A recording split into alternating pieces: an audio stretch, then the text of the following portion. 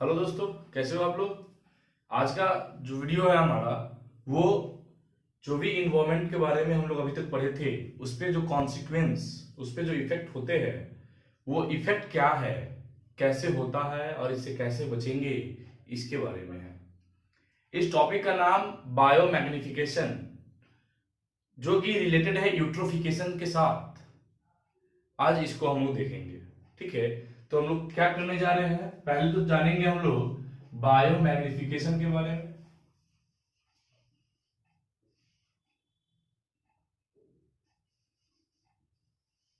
Biomagnification, इसके बाद इसका full name bio means biological भी होता है बच्चों। तो बायोलॉजिकल मैग्निफिकेशन जो कि रिलेटेड है यूट्रोफिकेशन के साथ। यूट्रोफिकेशन, इस दोनों टॉपिक को हम लोग इस जगह पे कवर करेंगे। और इसके अलावे भी बहुत सारे टॉपिक है जो कि हम लोग यहाँ पे कवर करेंगे, जैसे कि इन्वायरमेंटल प्रॉब्लम्स जो होते हैं, जैसे कि अभी हमारा ओजोन लेयर डिप्लीशन होता है, ये बायोमैग्निफिकेशंस के कारण, यूट्रोफिकेशंस के कारण, डिफरेंट हार्मफुल केमिकल्स जो गैसेस के फॉर्म में रिलीज होते हैं इन्वायरमेंट में, उसके कारण जो इन्वायरमेंट पे प्रॉब्लम क्रिएट हो रहा है, जैसे कि global warming, ozone layer depletion, ये सबको भी देख लेंगे इस टॉपिक में। तो बच्चों, अगर वीडियो आपको पसंद आ रहा है और वीडियो आपके लिए इंफॉर्मेटिव है तो वीडियो को लाइक जरूर करें, चैनल पर नए हैं तो चैनल को सब्सक्राइब करें। इसके पहले जो भी हम लोग वीडियो किए हैं इन्वायरमेंट से रिलेटेड, आवर इन्वायरमेंट चैप्टर से रिलेटेड, उसका लिंक हमारे डिस्क्रिप्शन में बॉक्स में दिया हुआ है, वहां जाए। आपको इनिशियल इंट्रोडक्शन का video, food chain food web का वीडियो, लॉज है 10% लॉ, उसका वीडियो, ठीक है, वहां देख ले डिस्क्रिप्शन में, या फिर मैं ऊपर आने वाले आई बटन में भी लिंक डाल दूंगा। तो बच्चों, देर ना करते हुए वीडियो को स्टार्ट करते हैं।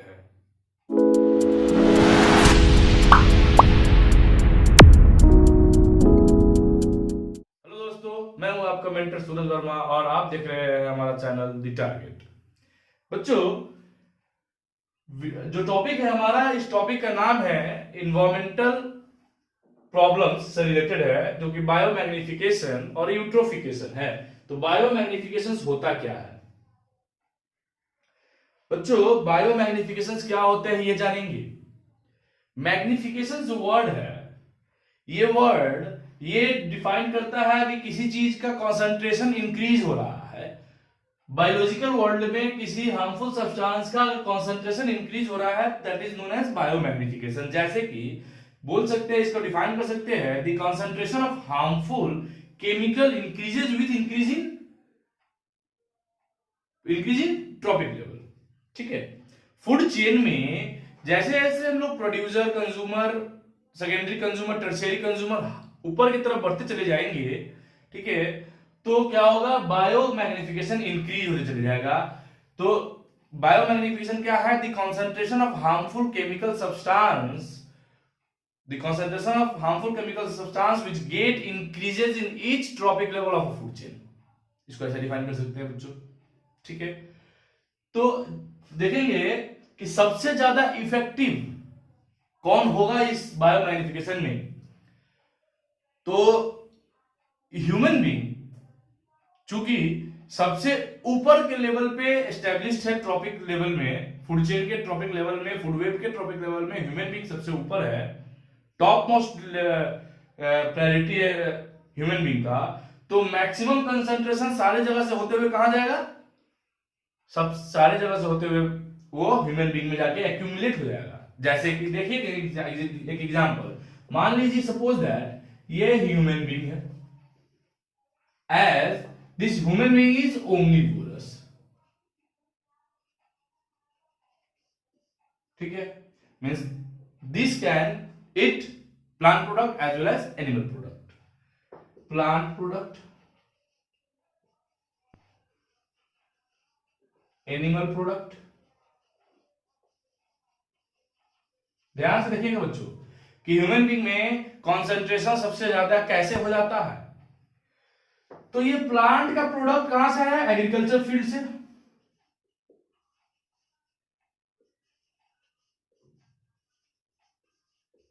अब इस एग्रीकल्चर फील्ड में क्या था? स्प्रीडेड था क्या? Chemical pesticides, chemicals pesticides insecticides के फॉर्म में, जो कि प्लांट प्रोडक्ट को मिला और ये ह्यूमन बीइंग को मिला। ठीक है, तो केमिकल इसमें आया। एनिमल प्रोडक्ट की बात करते हैं। This animal are dependent on plant for their food. तो यहां से केमिकल कहां गया? एक्यूमुलेट हुआ एनिमल के बॉडी में। फिर ये जब एनिमल को फीड किया तो ये केमिकल कहां गया? एनिमल के बॉडी में, ह्यूमन बीइंग के बॉडी में। मींस ह्यूमन बीइंग को चारों तरफ से केमिकल्स ही मिल रहे हैं आज के समय में। इसलिए human being organism at the top most trophic level get high concentration of the harmful chemical substance. इसलिए बायोमैग्निफिकेशन में ह्यूमन बीइंग ज्यादा इफेक्टिव है। ठीक है बच्चों, अब बात करेंगे आगे समझ में, इसको देखना देख ले अच्छे से। अब हम लोग क्या करेंगे? यूट्रोफिकेशन को करेंगे। देखेंगे यूट्रोफिकेशन क्या है।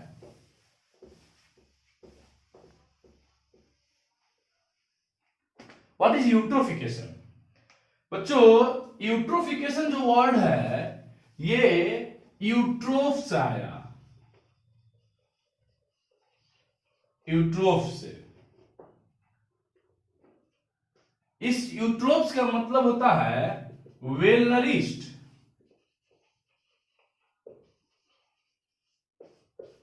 यानी कि प्रॉपर न्यूट्रिशन इसको मिला है। ठीक है, वेल नरिश्ड है ये। तो यूट्रोफिकेशन वर्ड यूट्रोफ से आया, इसका मतलब होता है वेल नरिश्ड। ठीक है, तो क्या कह सकते हैं कि एक ऐसा प्रोसेस है इन विच बॉडी ऑफ वाटर, ये यूट्रोफिकेशन कहां होगा? वाटर में होगा।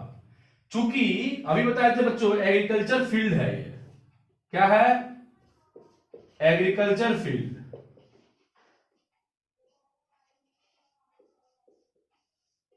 जिसमें हार्मफुल केमिकल्स डाला गया हुआ है। कब? वर्षा होने के बाद, after heavy rainfall. This land get filled with water and the chemicals are dissolved in the water. Chemicals get dissolved in the water. Fill हो जाने के बाद ये क्या करेगा? रन ऑफ होगा। ये वाटर कहां जाएगा? वाटर बॉडी में। अब चूंकि वो पानी में केमिकल डिसॉल्व था और वो जाकर वाटर बॉडी में गिर गया, पोर्ड हो गया, पॉन्ड में, लेक में जाके मिल गया, अगल बगल के नदी में, रिवर में, तो क्या होगा? यहां पर उस वाटर में न्यूट्रिशन का मात्रा बहुत ज्यादा था, वेल नरिश्ड था। ठीक है, ओवरली इनरिच्ड था। तो वो वाटर बॉडी जिसमें जाके ये पानी मिलेगा, पॉन्ड में, लेक में, रिवर में, जिसमें जाके वो मिल रहा है, वो ओवरली इनरिच्ड विथ मिनरल्स हो जाएंगे, न्यूट्रिएंट के साथ ज्यादा रिच हो जाएंगे। तो क्या होगा? वहां पे जो उस एक्वेटिक बॉडी में, वाटर बॉडी में, पॉन्ड में, लेक्स में जो एल्गी प्रेजेंट था, फाइटोप्लैंक्टन्स जो छोटे छोटे पौधे होते हैं वाटर बॉडी के अंदर, वो सारे को प्रॉपर नहीं कहेंगे बच्चों, एक्सेस न्यूट्रिशन मिल गया। और एक्सेस न्यूट्रिशन मिल जाने के बाद उसका ग्रोथ रेट में बूम हो जाएगा। ग्रोथ रेट में क्या होगा? बूम होगा। यानी कि जो वो प्लांट धीरे धीरे ग्रो करता है, वो अब अचानक से हैवी न्यूट्रिशन मिल रहा है उसको, तो बहुत रैपिड ग्रोथ करेगा। और रैपिड ग्रोथ करके पूरे लेवल को, एक्वेटिक बॉडी को पूरे वो एल्गी से कवर कर देगा। इससे क्या प्रॉब्लम होगा बच्चों? इससे प्रॉब्लम होगा कि ऑक्सीजन का डिमांड एल्गी के ग्रोथ के कारण बढ़ जाएगा। तो ऑक्सीजन, उस वाटर बॉडी में ऑक्सीजन जो था प्रेजेंट, वो एक एल्गी भी यूज कर लेगा रैपिड अमाउंट में। ज्यादा ग्रो करना है उसको तो ज्यादा यूज करेगा, तो ऑक्सीजन का डिप्लीशन होगा उस वाटर बॉडी में। पहला क्या होगा? ऑक्सीजन का डिप्लीशन होगा। ठीक है, दूसरा क्या होगा? इसी को एल्गल ब्लूम कहते हैं, ब्लूम। ठीक है, ज्यादा मात्रा में इंक्रीज हो जाना एल्गी का। उस एक्वेटिक बॉडी में। तो क्या क्या हो गया, एल्गल ब्लूम हो गया, पूरा कवर कर दिया, सनलाइट प्रॉपर नहीं मिल पाएगा नीचे के वाटर एक्वेटिक एनिमल ऑर्गेनिज्म को, चाहे वो एक प्लांट हो या एनिमल हो, उसको नहीं मिल पाएगा। ठीक है, उसके बाद क्या होगा, ये धीरे धीरे ऑफन इंड्यूस करेंगे discharge of nitrate, phosphate containing detergent, fertilizers और sewage into the aquatic system. ये कैसे इंड्यूस होते हैं, यूट्रोफिकेशन होगा कैसे इंड्यूस्ड, ये जानेंगे। अभी बताया आपको कि अगर हाउस होल्ड किचन से जो वेस्ट निकाल रहे हैं, जैसे कि आपको डिटर्जेंट हो गया, वॉशिंग सोडा हो गया, ये सब में फॉस्फेट नाइट्रेट प्रेजेंट होता है। ठीक है, फर्टिलाइजर जो अभी छीट रहे हैं हम लोग, ये सब जब जाके एक वाटर बॉडी में मिलेगा, तब जाके वहां पे ग्रोथ ऑफ एल्गी होंगे, जिसको एल्गल ब्लूम कहते हैं, और इस तरीके से यूट्रोफिकेशन लीड होता है। अरे यूट्रोफिकेशन के कारण एक्वेटिक ऑर्गेनिज्म डिस्ट्रॉय होते जाते हैं। बायोमैग्नीफिकेशन समझ में आया, हेवी कॉन्सेंट्रेशन। अब यूट्रोफिकेशन देखिए, ये केमिकल फाइटोप्लैंक्टन एक्वेटिक बॉडी में गया, उसको खाने वाला जू प्लैंक्टन को खाने वाला फिश को खाने वाले हम लोग, अल्टीमेटली केमिकल्स हमारे बॉडी में है। तो हम लोग टॉप मोस्ट लेवल पे प्रेजेंट होने के कारण हाई चांसेस है कि केमिकल एक्यूमुलेट हमारे बॉडी में ज्यादा करेगा। ठीक है बच्चों, तो ये था यूट्रोफिकेशन और बायोमैग्निफिकेशन के डिटेल। आई होप आपको बहुत अच्छे से समझ में आया होगा। इसके आगे बढ़ते हुए देखेंगे कि what are the consequence of environment in this. तो इसके आगे हम लोग बढ़ के देखेंगे, क्या देखेंगे कि ओजोन डिप्लीशन क्या है, इन्वायरमेंटल प्रॉब्लम में ओजोन डिप्लीशन देखेंगे। ठीक है, क्या देखेंगे, इन्वायरमेंटल प्रॉब्लम।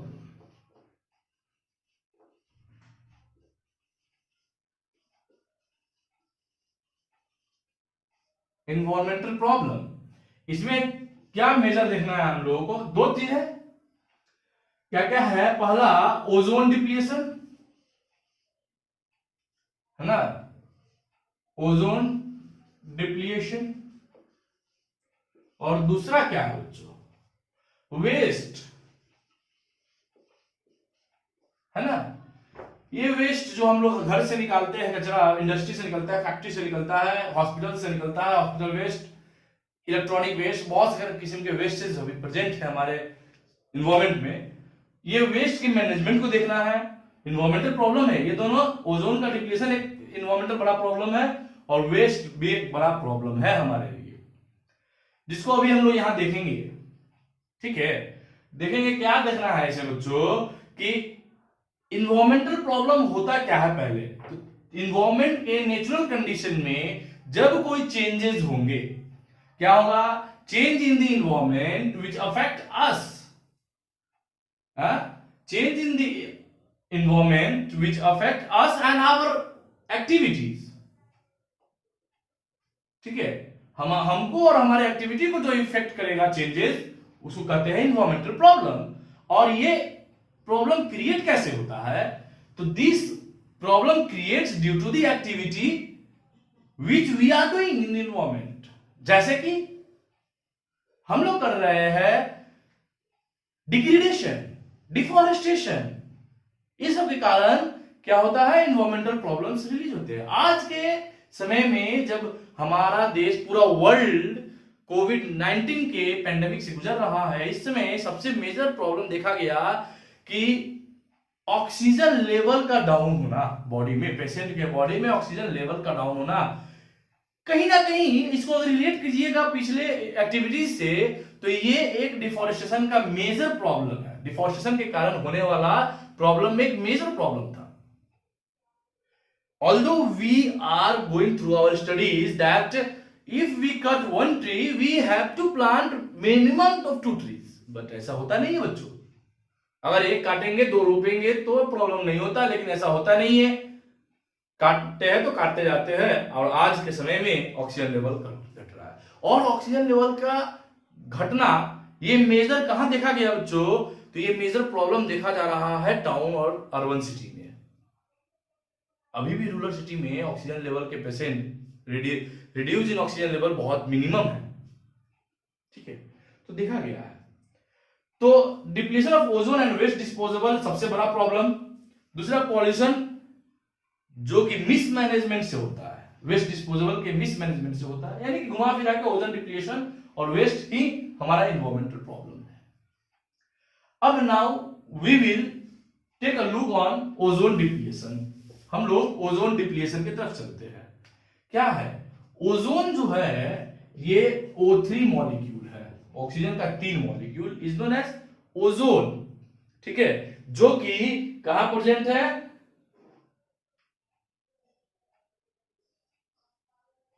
जो कि ये ओजोन हमारा ये O3 मॉलिक्यूल ओजोन जो है ये कहां पे प्रेजेंट है?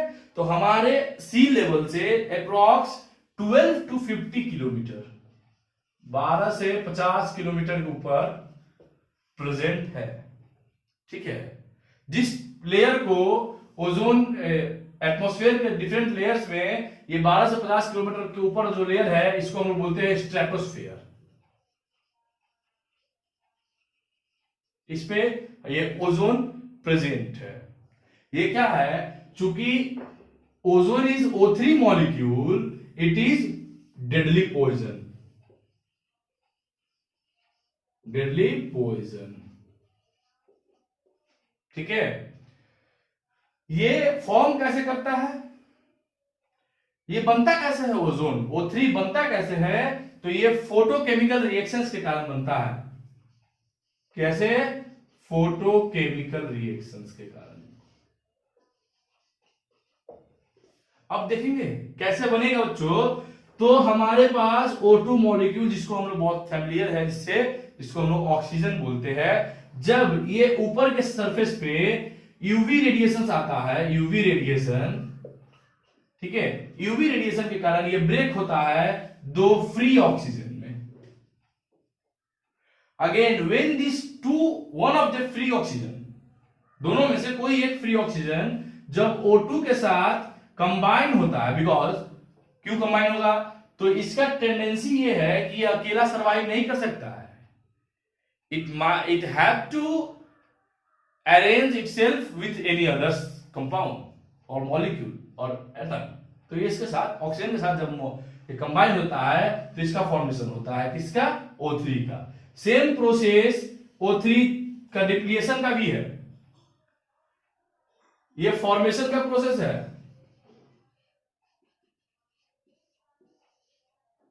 और इस तरीके से डिप्लीट करेगा बच्चों। O3 पे जब यूवी रे लगेगा, ठीक है,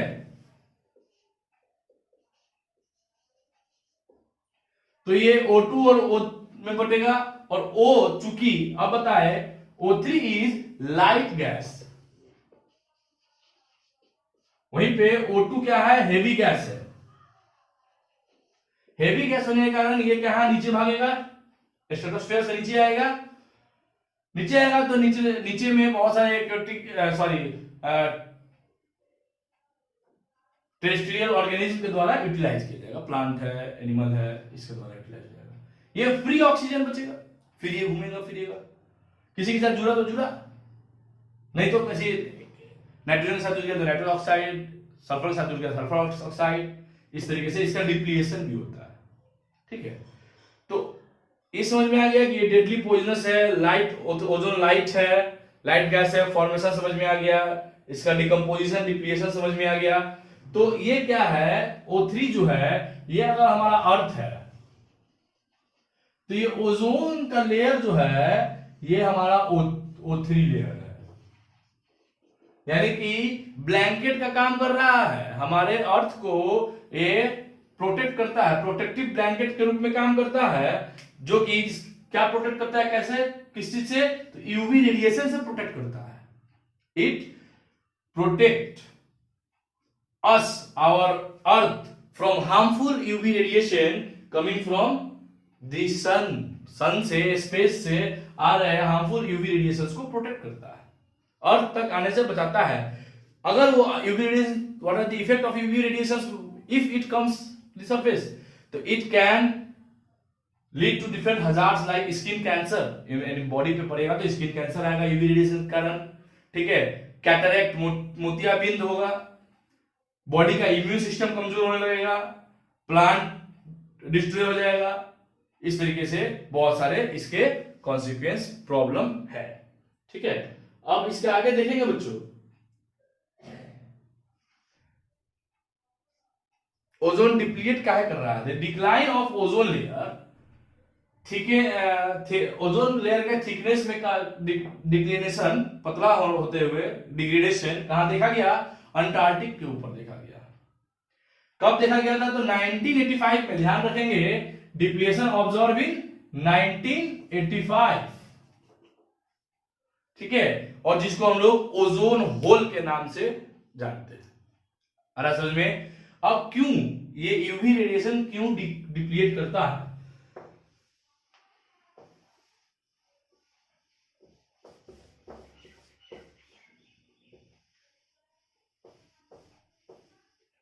क्यों यूवी रेडिएशन क्यों डिप्लीट हो रहा है, ये देखेंगे बच्चों। तो excessive use of CFCs, chlorofluorocarbons का एक्सेसिव यूज जो हो रहा है, उसके कारण सिंथेटिक केमिकल्स का यूज हो रहा है, इनर्ट केमिकल यूज हो रहे हैं, फायर एक्सटिंग्विशर से, रेफ्रिजरेटर से, ये सब मेन कॉज है।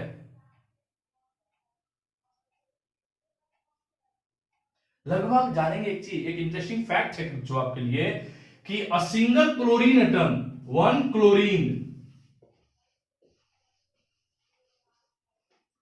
क्लोरीन एटम कैन डिप्लीट, कितना, कैन डिस्ट्रॉय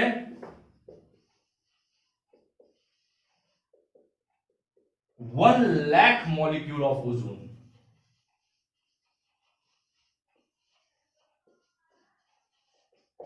इंटरेस्टिंग फैक्ट है बच्चों, एक क्लोरीन एटम 1 लाख ओजोन के मॉलिक्यूल को डिस्ट्रॉय करता है। और समझ लीजिए कि हम रेफ्रिजरेटर, एसीज कितना यूज करते हैं, फायर एक्सटिंग्विशर सो यूज हो रहा है। ठीक है, तो इसको प्रोटेक्ट करने के लिए एक प्रोटोकॉल साइन किया गया है जिसका नाम है क्योटो प्रोटोकॉल। इस सारे कंट्री से कब कब साइन किया गया, तो 1986 में, क्योंकि 1985 में देखा गया ओजोन होल। ठीक है, तो ये किसके द्वारा साइन करवाया गया, तो UNEP, United Nation for environment protection programme, United Nation environmental programme के द्वारा ये साइन कराया गया। ठीक है, एग्रीमेंट साइन कराया गया ताकि CFC का प्रोडक्शन को रोका जा सके, इसके प्रोडक्शन को रोका जा सके। ठीक है, इस प्रोटोकॉल का नाम क्योटो प्रोटोकॉल, साइन हुआ 1986 में सारे देशों के द्वारा। वेरी गुड, तो ये था आपको इन्वायरमेंटल प्रॉब्लम में डिप्लीशन ऑफ ओजोन। तो ये अगर आपको स्क्रीनशॉट लेना है तो ले ले बच्चों। अगर वीडियो पसंद आ रहा है तो वीडियो को लाइक करें, चैनल को पे नए हैं तो चैनल को सब्सक्राइब करें, अपने फ्रेंड को रिकमेंड करें, ज्यादा से ज्यादा शेयर करें, ताकि हम लोग मोटिवेट हो सके और आपके लिए ऐसा वीडियोस आपके टॉपिक से रिलेटेड लेके आते रहे। ठीक है बच्चों, अब दूसरा जो इन्वायरमेंटल प्रॉब्लम था, वेस्ट, सबसे बड़ा प्रॉब्लम, इसके बाद वो देखेंगे waste.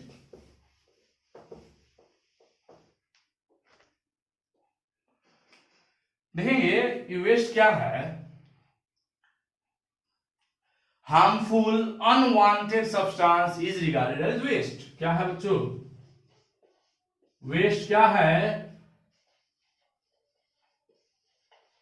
Harmful and unwanted substance.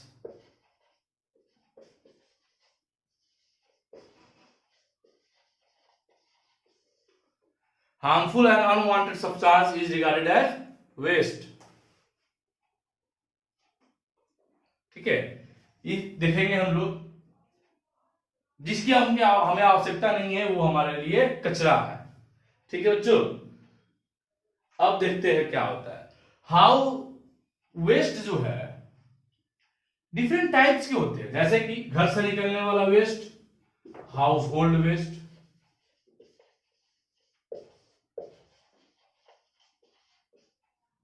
ठीक है, household waste, commercial industries, factories से निकलने वाला कमर्शियल वेस्ट,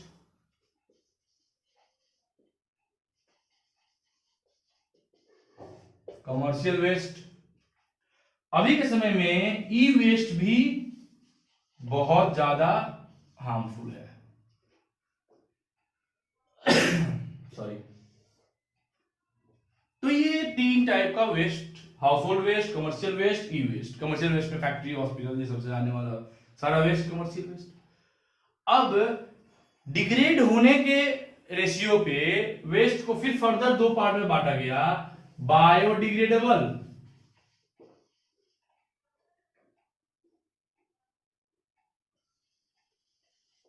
और नॉन बायोडिग्रेडेबल।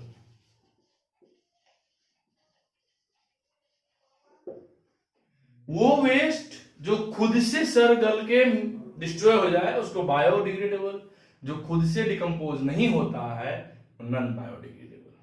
ठीक है। अब एक, चूंकि ये दोनों जान लिए, अब हाउस होल्ड वेस्ट में कौन कौन सा वेस्ट आएंगे, तो किचन का वेस्ट आएगा, पेपर आएगा, पॉलिथीन बैग्स आएंगे, वुड्स आएंगे, गार्बेज मेटल कैन आएंगे, डिटर्जेंट आएंगे, सोप्स आएंगे, ये सब आएगा। सीवेज भी एक है, सीवेज सीवेज सीवेज। सीवेज क्या है? Waste product generated by human body, human body के द्वारा जनरेट किया जाने वाला वेस्ट सीवेज। कमर्शियल वेस्ट क्या है? तो दुकान से आने वाला वेस्ट, फैक्ट्री से आने वाला, हॉस्पिटल से आने वाला, यानी जिस जगह पे कमर्शियल वर्क होते हैं वहां से प्रोड्यूस होने वाला सारा waste commercial waste. Electronic waste, mobile phone waste, mobile phone use, mobile phone, computer, laptop, calculator, कोई भी इलेक्ट्रॉनिक डिवाइस जो अब हमारे यूज का नहीं है उसको थ्रो आउट कर देते हैं, that is known as e waste. तो ये सारा वेस्ट है। बायोडिग्रेडेबल समझ में आया कि the waste which can be decomposed by themselves are known as biodegradable, while the waste which cannot be decomposed by themselves is known as non biodegradable। ठीक है, आया समझ में? Very good. अब क्या है इस सब के बाद, व्हाट इज गार्बेज डिस्पोजल, कैसे इसको मैनेज करेंगे, how we can manage this waste।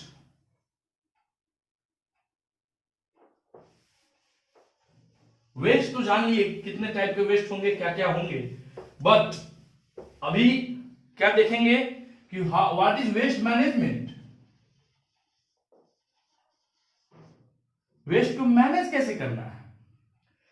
तो देखेंगे कि ई वेस्ट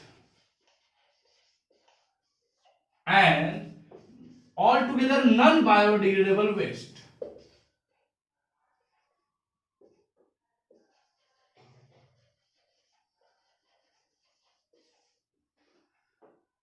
को अंडरगो करेंगे 4R रूल्स में। What is the 4R rules?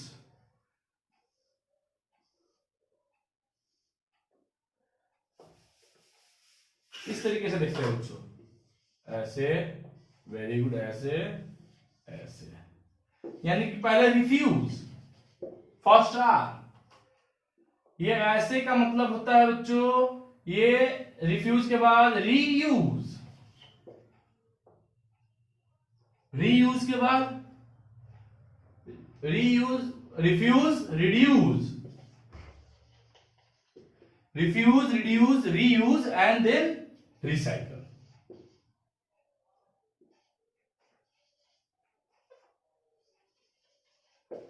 ठीक है, पहले तो नॉन बायोडिग्रेडेबल वेस्ट को यूज करने से मना करेंगे, वी हैव टू नेग्लेक्ट, तब जाके कुछ चेंजेस होंगे इन्वायरमेंट में। अगर आप बाध्य है, if you are in place to use then reduce, कम से कम यूज कीजिए। If you are using then reuse until it is not usable, तब तक यूज कीजिए जब तक वो फिर दोबारा यूज नहीं कर सकता हो। Then after send it for the recycle. This is 4R rule which is to be followed for non biodegradable waste. ये नॉन बायोडिग्रेडेबल वेस्ट के लिए फॉलो करना चाहिए। What about the others degradable waste? तो डिग्रेडेबल वेस्ट को compost बनाएंगे, manure बनाएंगे। ठीक है, व्हाट अबाउट द सीवेज? तो ये हमारा कंपोस्ट बनाने के लिए यूज हो जाएगा। ठीक है, अगेन नॉन बायोडिग्रेडेबल वेस्ट और biodegradable waste can be use for land filling, बड़े बड़े गड्ढों को भरने के लिए भी यूज कर सकते हैं। ठीक है, तो by this ways we can manage the garbage disposable, waste को डिस्पोज कर सकते हैं इस तरीके से। ठीक है बच्चों, तो हम लोग यहां तक क्या क्या देखे, बायोमैग्निफिकेशन क्या था, यूट्रोफिकेशन क्या था, ठीक है, इन्वायरमेंटल प्रॉब्लम्स क्या क्या थे, depression of ozone layer, waste management सबसे बड़ा प्रॉब्लम था, ये दोनों जो कि इन्वायरमेंट से रिलेटेड थे। आई होप इसको पढ़ने के बाद, इसको समझने के बाद आप इन्वायरमेंट के लिए बहुत ही चिंतित होंगे और अपने लेवल से प्रयास करेंगे कि how to conserve, how to protect the environment. If you protect the environment, environment will protect you. Okay, तो आई होप आप लोगों को वीडियो अच्छा लग रहा है। वीडियो अच्छा लग रहा है तो वीडियो को लाइक करें, शेयर करें, चैनल पर नए हैं तो चैनल को सब्सक्राइब भी करें।